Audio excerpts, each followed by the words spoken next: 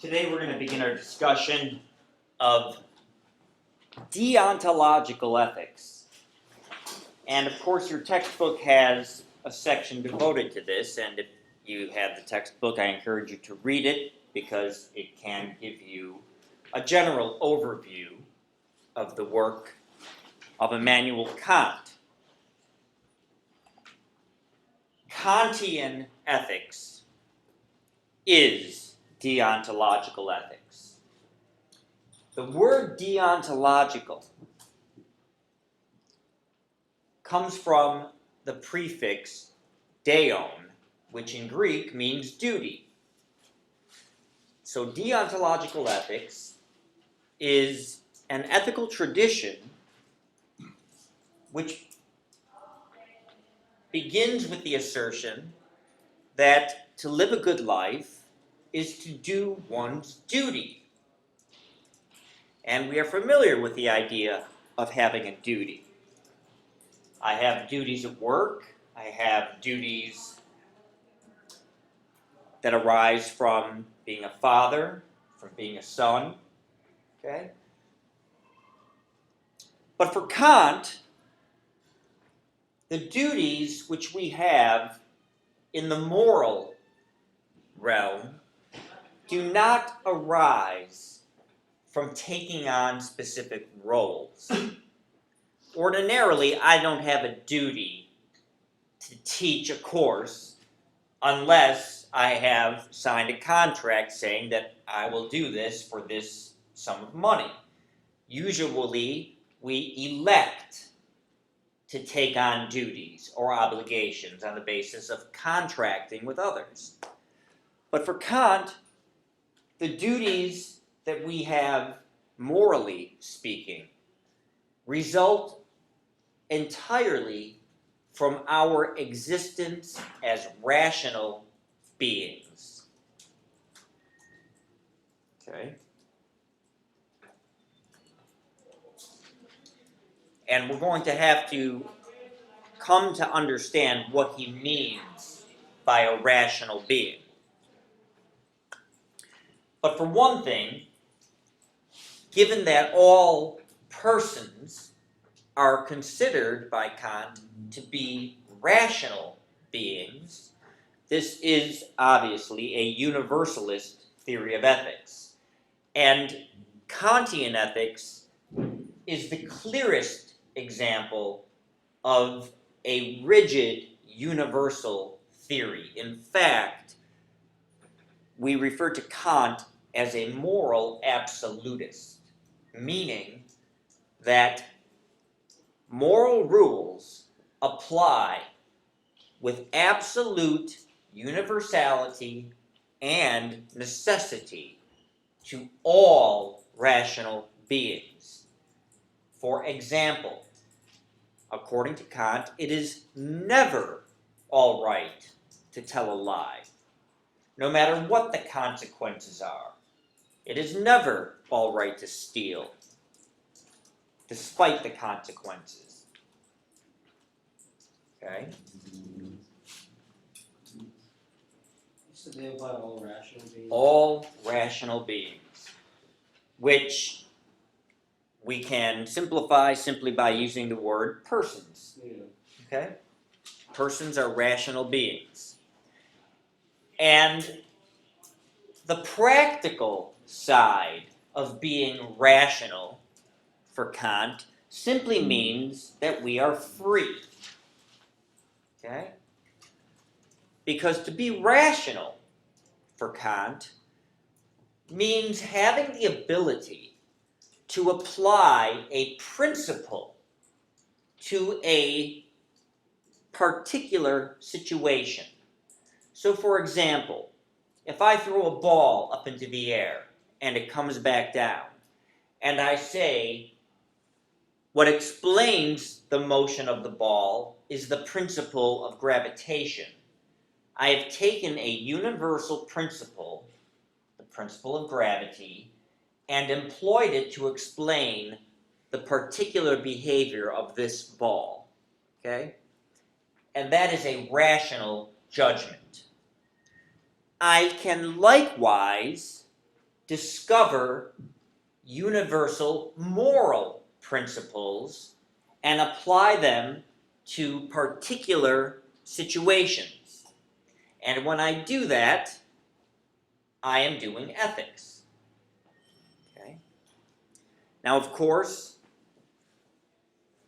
metaphysics is or belongs to the province of rational beings. And Kant entitles one of his works in ethical thinking the groundwork of the Metaphysic of Morals. Now, that is certainly a mouthful and unintelligible until we understand what Kant means by metaphysics. Okay? Now, as I have said before, metaphysics is the study of ultimate reality. We understand commonsensically that there is a distinction between the way something appears and the way something really is. The appearance of something does not always signify its reality. Things can be different in reality than they appear. And so traditionally, metaphysics seeks the real inner nature of the world. What are the principles which govern the behavior of objects in space and time? What is the origin of the universe? Does God exist? Is there a soul, an afterlife? Is there a smallest particle? And so forth. But Kant here is suggesting that it is possible to do a metaphysic of morals, which from the beginning suggests to us that he is going to reveal the real ground of ethics. Okay? Now let's begin like this. Before we start talking about what Kant actually says about what it means to live a good life, let's focus on this title. First of all, when Kant uses the word metaphysics or a metaphysic, what he means is the application of a universal principle to a determinate object of the understanding. Now, what does that mean? It means exactly what I said just a moment ago. When I say, for example, that every event has a cause, and I assert that as a universal and necessary principle. Why? Because I say every event, which expresses universality, must have a cause, which expresses necessity.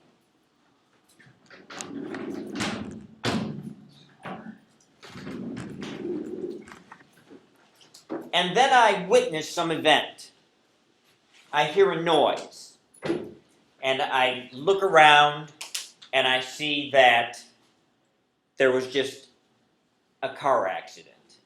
And I make the judgment that the accident was the cause of the noise. What I have done there is to apply the universal principle of cause and effect to this particular situation,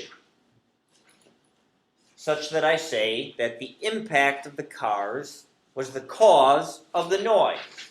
Okay? That is an exercise in metaphysics, because I'm taking a universal principle and using it to explain a particular event. Okay, you with me so far? All right.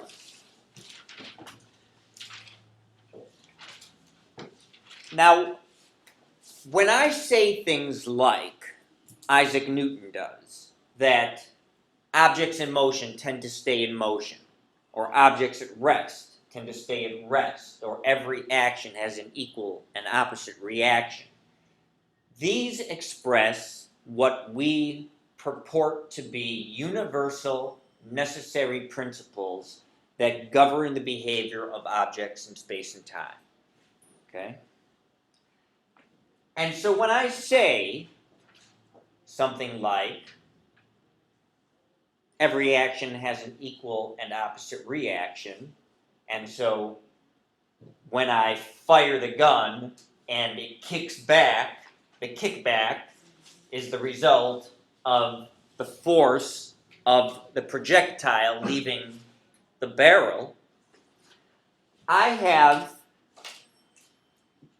made a judgment in what he calls the metaphysic of nature, because I'm explaining a natural event in terms of a metaphysical principle. And metaphysical principles are always universal, meaning they apply everywhere and always, and they are necessary, meaning it must be that way and cannot be otherwise. Okay? However, just as there are principles, universal and necessary, which explain the behavior of objects in space and time, such that I can make judgments in physics, and physics is simply what we call the metaphysic of nature. Okay? There are also universal, necessary principles which govern the behavior of persons. And thus, I can also do a metaphysic of freedom. When I do the metaphysic of nature, I am articulating the principles that govern the behavior of objects. That is, I'm doing physics. When I articulate the principles that govern or ought to govern the behavior of free beings, persons, then I am doing the metaphysic of freedom, or what we call ethics. Okay? So remember this. Metaphysics is the application of a universal necessary principle to a particular situation. And that situation can either be a natural physical event, or it can be a moral situation. And for Kant, if there is to be such a thing as ethics, such that I can say things like, one ought not to steal, one ought not to lie, or one ought to give to charity, or one ought to develop one's talents, or respect one's parents, or not commit adultery, or what have you. I don't mean that one ought not to lie unless it behooves them to do so, or one ought not to steal if there is a chance of getting caught. These are not hypothetical commands. For Kant, if ethics is a real science consisting of universal and necessary principles that ground our judgments, then the principles which govern human freedom must be necessary and universal, such that there are no exceptions to them. Okay? All right.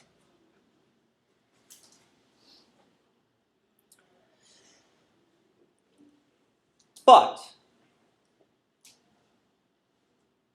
the problem is, how do we discover the principles which either govern the behavior of things or ought to govern the behavior of people? Where do those principles come from? And of course, that is what Mazzoni means by the origin of ethics. What is the origin of the claim, for example, of the utilitarian, that I ought to maximize happiness for all of sentient creation? Where does that principle arise? Whence comes its authority? Okay? Well, what Kant maintains is that if our metaphysical principles, whether we are talking about those which pertain to nature or those which pertain to freedom, those principles must be discovered purely a priori. And while I have likely used that term before, let me remind you that a priori is Latin and signifies without reference to the senses. An a priori idea or judgment is one made on the basis of reason alone, without the benefit of sensory perception. Okay? Are you with me? So, for example, if I say that A is greater than B, I can know a priori that B must be less than A. I do not have to use my senses to confirm it. I know it simply by thinking about the meaning of greater than and less than. Okay? Now, if our metaphysical principles are to be universal, applying everywhere and always, and necessary, such that they must be the case and cannot be otherwise, they must be discovered a priori, because nothing which I learn on the basis of my senses can ever have universal or necessary authority. Think about it. If I throw the chalk up into the air and catch it, and I say, well, the chalk went up and the chalk came down, can I move from that single observation to the universal and necessary principle of gravitation? I can't, because perceptions or particular sensations are always particular and contingent. I am observing this particular event, which did not have to happen, nor did I have to witness it. Okay? So metaphysical principles must be absolutely pure, meaning I must discover them on the basis of reasoning alone. Otherwise, they could never apply universally and necessarily. Okay? Metaphysical principles must be discovered a priori, because all a posteriori perceptions, which means on the basis of the senses, are always particular and contingent, not universal and necessary. So a priori usually means universal and necessary. Or like those are the judgments. Yes, a principle which is universal and necessary, like every event must have a cause, Okay. must be discovered a priori. because I could never discover the universal based on my particular experiences. No matter how many times I experience something going up and coming back down, even if I experience it 1,000,000 times, I can never use those experiences to make the claim that it is a necessary and universal principle that whatever goes up must come down. Because then I would have to experience every single event of things going up and coming down. But I don't. Right. Okay? So the basis for a metaphysical principle, which always means necessary and universal, must be pure reason itself. So the origin of ethics for Kant, which also means the origin of his principle of morality, must be discovered a priori, on the basis of reasoning alone, without reference to what is given to sensory perception. All right. Now, all of that really is just background. Because what Kant's book is titled is The Groundwork of the Metaphysic of Morals. Remember, if doing metaphysics means applying a universal principle to a particular situation, before I can apply a universal principle, I must discover what the principle is. And that's what Kant means by doing the groundwork. Okay? I'm laying the groundwork for doing a metaphysic of morals. For example, if I were to say to you that you ought not to have told a lie, I'm applying the principle of not lying to a particular situation. But the question is, where did that principle come from?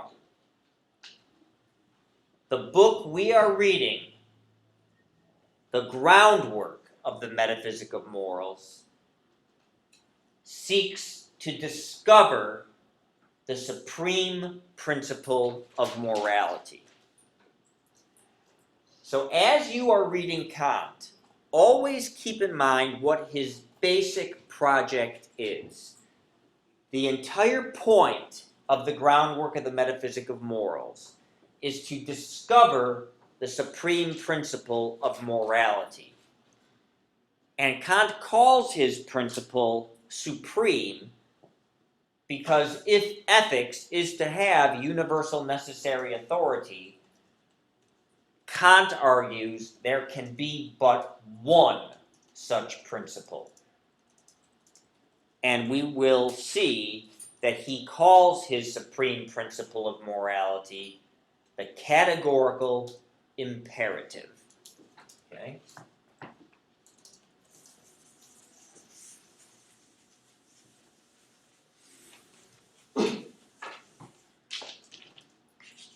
Kant's supreme principle of morality is called the categorical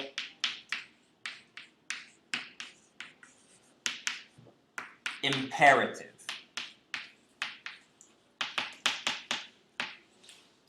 So before we get into the details, let's talk about what it means to say that the supreme principle of morality is an imperative that is categorical.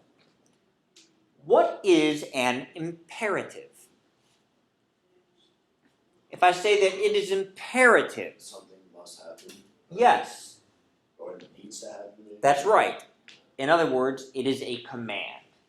Okay? If I issue an imperative, For example, if I say, do your homework, that is a command. Okay, I'm saying that it is imperative that you do your homework. Okay? Now, I might say that to my children because I know the importance of their success in school. But let's say that I were to tell you, you ought to go to Baskin Robbins because I know that you want an ice cream cone. Okay? That imperative is not categorical, but rather it is hypothetical.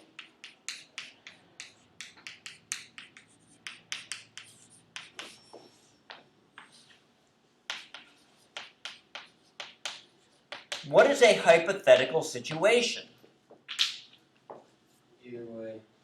Or if, it is an if-then statement, right? Hypothetically speaking, if you want an ice cream cone, then go to Baskin Robbins, okay? So hypothetical commands or imperatives always have a conditional structure. In other words, they are if-then statements, okay? If you want to do well on the quiz, then you ought to study the lecture notes. If you want a good steak, then you ought to go to Ruth's Chris. But if you have no interest in the ice cream cone, no interest in doing well on the quiz, no interest in having a steak, then those imperatives do not apply to you. All right? But that's why Kant says that imperatives of morality are not hypothetical, but must be categorical. Categorical means universal and necessary. Okay? So when I say one ought not to tell lies, I do not mean only if they don't want to get caught. I don't mean that you ought to keep your promises only if you want people to trust you or like you. I mean, you ought to do it no matter what. And that's why imperatives of morality for Kant must be categorical, not hypothetical. Okay? And after all, the only reason I know that if you want a tasty ice cream cone, you should go to Baskin Robbins is because I have experienced their ice cream cones with my senses, okay? But a categorical imperative can never be based upon my sensory perceptions, precisely because of what I said a moment ago. Sensory perception, or experience of the world, is always particular and contingent, never universal and necessary. So the point of this book is to discover the supreme principle of morality, the categorical imperative. And as we will see in the next couple of days, there is only one categorical imperative. However, there are three formulations of it. Okay? I can express the supreme principle in three different ways, each of which emphasizes a different aspect of it. Okay? All right. So that's the background. Now we're going to turn to the first part of the groundwork of the Metaphysic of Morals. Okay? Kant begins this admittedly challenging work, especially to new initiates in philosophy, with a very straightforward claim. Kant begins by saying that there is but one thing in the world, or even outside of this world, that can be called good in itself? Does anybody know what that is? Goodness. Nothing. I can't say that good is good. That doesn't tell me anything. He says Goodwill. the good will. Only the good will can be called unconditionally good. Because consider, there are many things which we call good. I might say that intelligence is a good thing, or generosity, or patience, or cleverness, or strength. But what if it is the cleverness and strength of a criminal? What if I use my intelligence to harm other people? Then I cannot say that intelligence is intrinsically good. It is good only given the qualification that it is used for a good purpose. But if my will is good, in other words, if my intentions are good, even if things turn out poorly, I am still a good person, or my will retains its goodness. If I try to help you, let's say you're drowning, and I pull you out of the water, and I accidentally sprain your arm, and you sue me for it, that would be in very poor taste, because my intention was to save your life.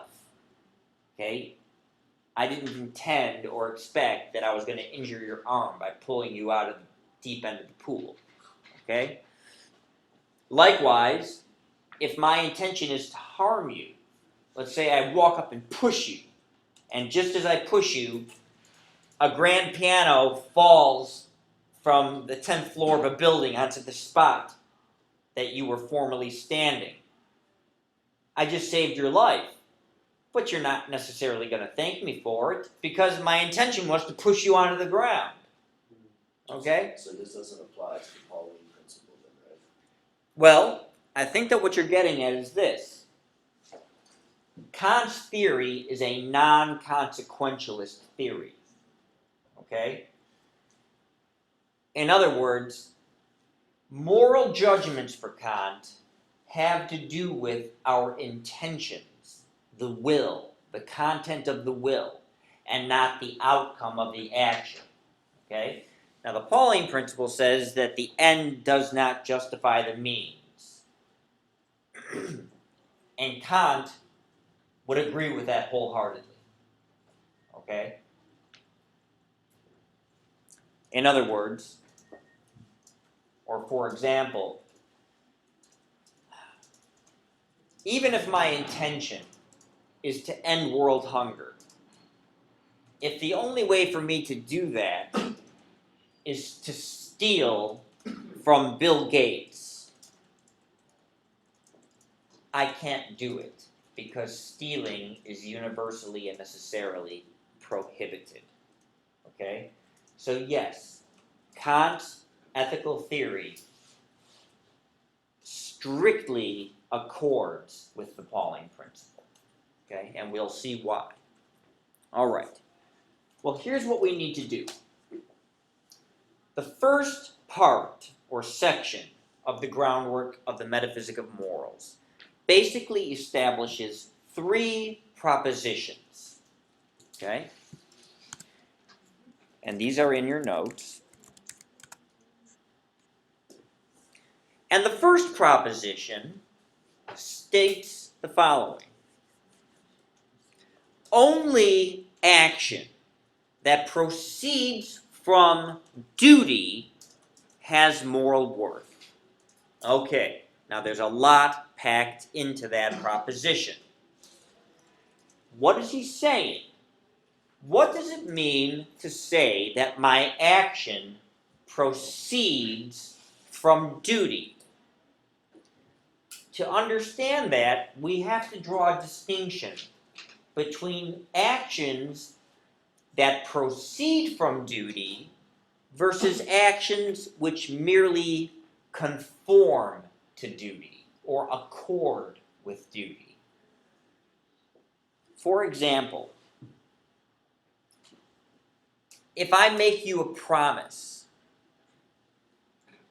and I fulfill that promise, but the only reason I fulfill that promise is because I want to avoid the ill consequence of not doing so, then I'm not keeping my promise because it's the right thing to do. I'm not proceeding from my duty to keep promises. I am doing what I should do, but for the wrong reason. My action merely accords with duty, but it does not proceed from duty. So when Kant says that only action that proceeds from duty has moral worth, he's saying that even if I do what duty prescribes, if I do it for any other reason than it's being a duty, then my will cannot be called good. If I pay you money back that I owe you, but only because I secretly want you to lend me more money tomorrow, but not because I have a moral obligation to pay back my debt, even though I'm doing exactly what duty prescribes, I'm not doing it because duty prescribes it. Okay? So, Kant has begun by saying that the only unconditionally good thing is the goodwill. Okay?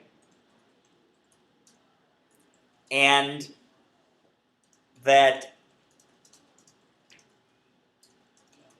only action which proceeds from duty has moral worth, which ultimately means that unless my action proceeds from the recognition that I have a duty to do something, my will cannot be called good. At best, maybe it is neutral. At worst, perhaps it is evil. Okay? All right. The second proposition. Actually, before I talk about the second proposition, let me just give you Kant's example, okay, to further illustrate the first proposition. Imagine that there is a shopkeeper, okay, store owner, and he works in the French Quarter. And he realizes that because he has so many drunk tourists coming into his shop, that he could easily overcharge them, and they either wouldn't think about it, or care about it, or know any better. Okay? So he can charge different patrons different prices, and thereby make a bigger profit. Okay? But he also knows that if he does this for long enough, his shop will get a bad reputation, and his business will suffer. So let's assume that he makes the decision to charge all his customers the same price, no matter what. And that is what he ought to do. That's the right thing to do. But if he is doing it only to maintain the reputation of his business, but not because it is the right thing to do, then his action does not proceed from duty. It proceeds from his inclination to maintain a good reputation. Okay? So we must always bear in mind this distinction between duty and inclination. Only action that proceeds from duty has moral worth. and therefore the agent's will can be called good. Even if I do exactly what duty prescribes, if my action proceeds not from duty, but from an inclination, because I have some other motivation to do so, like paying you back money so I can secretly borrow more later and not pay you back, then my action lacks moral worth. Okay? All right. The second proposition states that an action that proceeds from duty has its moral worth not from the purpose to be attained, but from the maxim by which it is determined. So here we are introduced to the term maxim. A maxim is what Kant calls a subjective principle of volition. In other words, your maxim is the reason you do something. Okay? You and I might both do exactly the same thing. Okay? Let's say that you and I enter into a contract and we both fulfill our terms. But you do it because you recognize the moral obligation to keep your promises. I do it only because I want to maintain a good reputation. We have differing maxims for the same action. Okay? Your maxim is the principle that motivates you to do something. And so, action that does proceed from duty has moral worth, not because of what I attain or because of what I achieve. For example, actually paying back a debt or keeping my promise, but only from the maxim upon which my action is based. Okay? In other words, what matters is not what I do, but why I do it. Okay? And so Kant says this: your will, okay? And by will he means the kind of causality belonging to a rational being, right? I mean, there is a kind of natural causality belonging to things. Like when I throw the chalk in the air and it comes down. That is what he calls heteronymous causality, because it is not the chalk that decides to come back down, but the force of gravity acting upon the chalk and necessitates it coming down. Okay?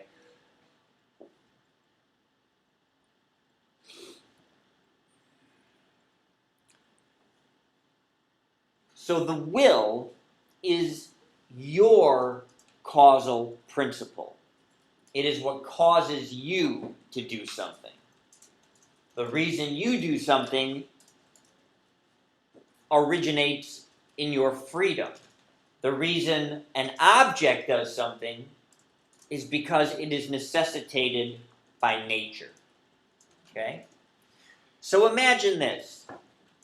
Here's your will, okay? And it is sort of situated between two motivating factors, or two possible grounds of motivation. On the one hand, there is an a posteriori, or based on my senses, incentive. Okay? So sure, I have an incentive to pay back the money I owe you. And that incentive might simply be getting you to lend me more money. But on the other side of my will is an a priori principle.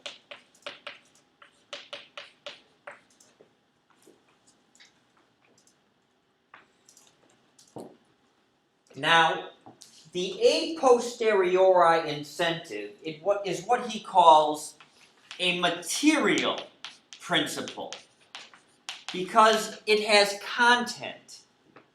If the motivation of my will is wanting to get a good reputation, then that is a content-rich motivation, something specific I hope to achieve, an incentive, other than simply doing the right thing. Okay? So my will might be motivated by a material incentive, getting something out of it. Okay? But if so, then the will cannot be called good. On the other hand, if I pay back the money I owe you, not because I want you to like me, or because I want you to lend me more money later, or because I want a good reputation, but simply because I recognize that there is an a priori principle, namely the categorical imperative, which commands me to pay back my debts, then the will can be called good. Okay? All right. The third proposition is that duty is the necessity of acting from respect for the moral law, by which he means the categorical imperative. Okay? So what have we said here? That the only thing which can be called good without further qualification is the goodwill. The goodwill proceeds from duty. And what is duty? Duty is the necessity of acting from respect for the moral law, the categorical imperative. Okay? Now I know it's going to take a little bit of time for you to become familiar and comfortable with this terminology and to be able to put it all together, and that's natural, okay? But for now, just think of it this way. We've looked at different traditions so far, all of which have said that goodness means this or that. Okay? For Aristotle, goodness is virtue, because virtue leads to happiness, which is a rational end. Aquinas says that goodness is promoting the fundamental goods indicated by my natural inclinations. The contract theorists say that the good is self-interest, and so I ought to participate in social contracts because that is the most viable strategy for securing self-interest. The utilitarians have said that goodness means happiness. The care ethicists say that goodness means caring for others or responding to the perceived needs of those for whom I care. Kant is saying that goodness means nothing but doing one's duty, which is to have a good will. The only thing which is good is the goodwill. The goodwill is good when it proceeds from duty, and duty is the necessity that I act from respect for the moral law rather than simply to get something out of doing so. Okay? And so by the end of the first part, Kant tells us what the categorical imperative states in its first formulation. The first formulation of the categorical imperative says that one ought to act such that one's maxim can be willed as a universal law. Act such that your maxim can be willed as a universal law. So what does that mean? Let's say, okay, that I need to borrow $5 from you. But I know that the only way you're going to lend me $5 is if I promise to pay you back. Now I know that I can't pay you back. And so I ask myself, is it morally permissible for me to make a lying promise to you? Am I morally permitted to say, if you lend me $5 today, I'll pay you back tomorrow, knowing that I cannot do so? Okay? So what is my maxim?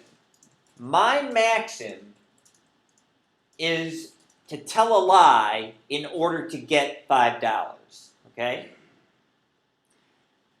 And so when Kant says that you should act only on the basis of that maxim, which you can will to be a universal law, he is saying that you must attempt to take your personal maxim, okay, your subjective principle, and raise it to the level of a universal law. So I ask myself, what would happen if everyone always lied in order to get what they want? Would I be able to borrow the $5 from you? No, why not? And you would know that I was lying. If I knew that in order to get what people want, they always will tell a lie with the same regularity of the laws of nature, okay? Just as certainly as what comes up comes down, when people want something, they lie to get it. Then nobody is going to lend anybody anything, and I can't achieve my original purpose of borrowing the $5 from you. So when the maxim, when raised to the level of universality, contradicts itself, I know that the action is prohibited. I cannot morally do it. When the maxim, When the maxim contradicts itself. Okay? Take another example. If you ask me a question, and let's say that telling you the truth is going to be uncomfortable for me, either because it's going to get me in trouble or it's going to hurt your feelings or something. So I ask myself, can I tell a lie in order to extricate myself from this difficult situation? So I raise my maxim to the level of a universal principle of nature. What would happen if everybody lied all the time?